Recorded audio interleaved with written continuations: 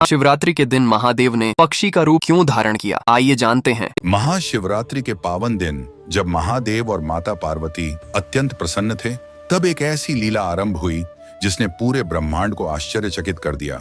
अचानक माता पार्वती ने एक लीला रचने का विचार किया और बिना बताए कहीं छिप गईं। प्रिया देवी, आप कहाँ हैं? महादेव ने प्रेम से पुकारा, लेकिन कोई उत्तर नहीं मिला।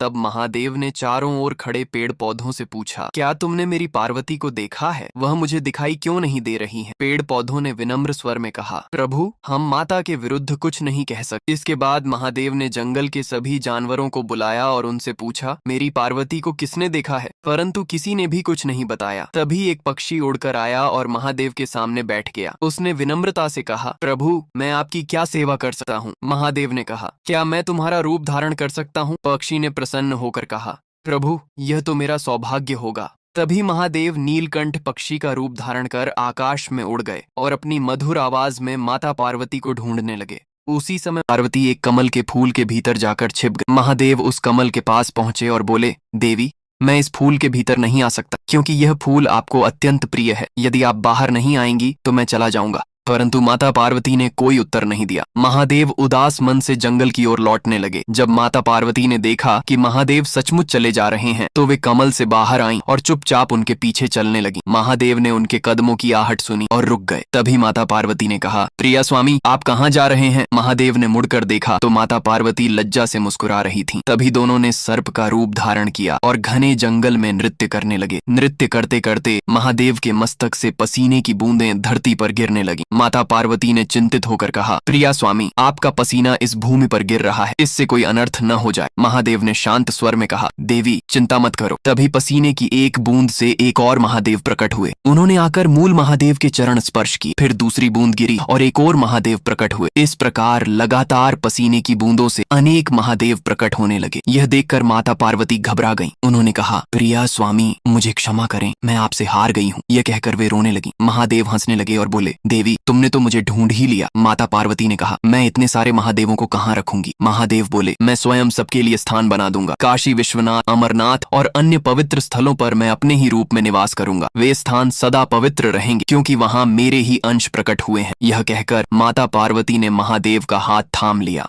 और अंत में दोनों नीलकंठ पर सवार होकर आकाश की ओर उड़ गए। हर हर महादेव। यदि आप भी महादेव से प्रेम करते हैं तो वीडियो को लाइक और चैनल को सब्सक्राइब जरूर करें।